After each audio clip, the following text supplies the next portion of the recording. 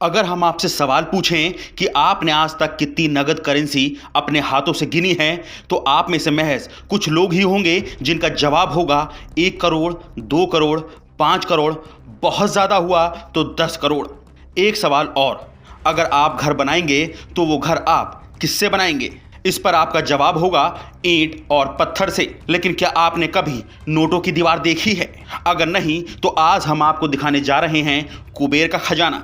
इस खजाने में इतना पैसा है जिसे इनकम टैक्स और बैंक के नुमाइंदे भी गिनते गिनते थक गए हैं। बैंक की नोट गिनने की मशीन भी अब हार मान गई है। जी हाँ, कुबेर का यह खजाना हाथ लगा है इनकम टैक्स डिपार्टमेंट की एक रेड के दौरान।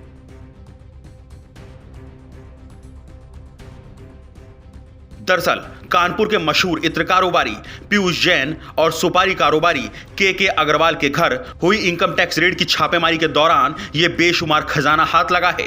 पीयूष जैन के घर से सैकड़ों करोड़ रुपए की नगद करेंसी हाथ लगी है।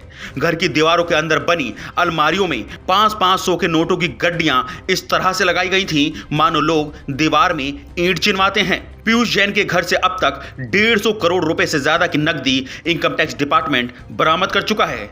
4 नोट गिनने की मशीन है, दिन रात नोटों की गिनती की जा रही है।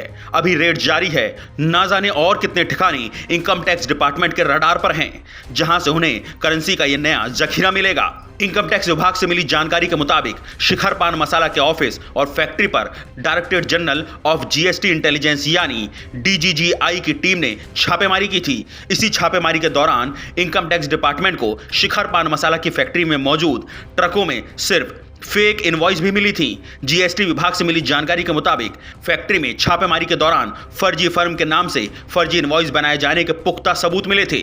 200 से ज्यादा फर्जी नुमाइश की बरामदगी हुई थी। उसी से जीएसटी विभाग को शिखर पान मसाला, इत्र कारोबारी पीयूष जैन और सुपारी कारोबारी के अग्रवाल के बीच के लिंक के सबूत मिले थे और तभी से इनकम टैक्स डिपार्टमेंट इन कारोबारियों के पीछे था। पीयूष जैन के आनंदपुर स्थित घर में जब इनकम टैक्स और जीएसटी के अधिकारियों ने छापेमारी की तो यहां घर की अलमारियों में सैकड़ों की तादाद में बंडल बनाकर नोटों को रखा गया था। इन बंडलों को ऐसे पैक किया गया था कि इन्हें आराम से कहीं भी कोरियर किया जा सके।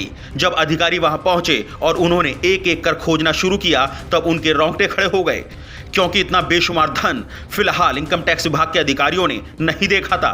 माना जा रहा है कि शिखर पान मसाला कारोबारी ने ही अपने काले धन को अपने इन सहयोगियों के माध्यम से ठिकाने लगाने की योजना तैयार की थी। लेकिन इससे पहले कि इस करेंसी को ठिकाने लगाया जाता, इनकम टैक्स के हाथ ये करेंसी लग गई। अब इन कारोबारियों के खिलाफ बड़ी कार्रवाई की तैयारी की जा रही है।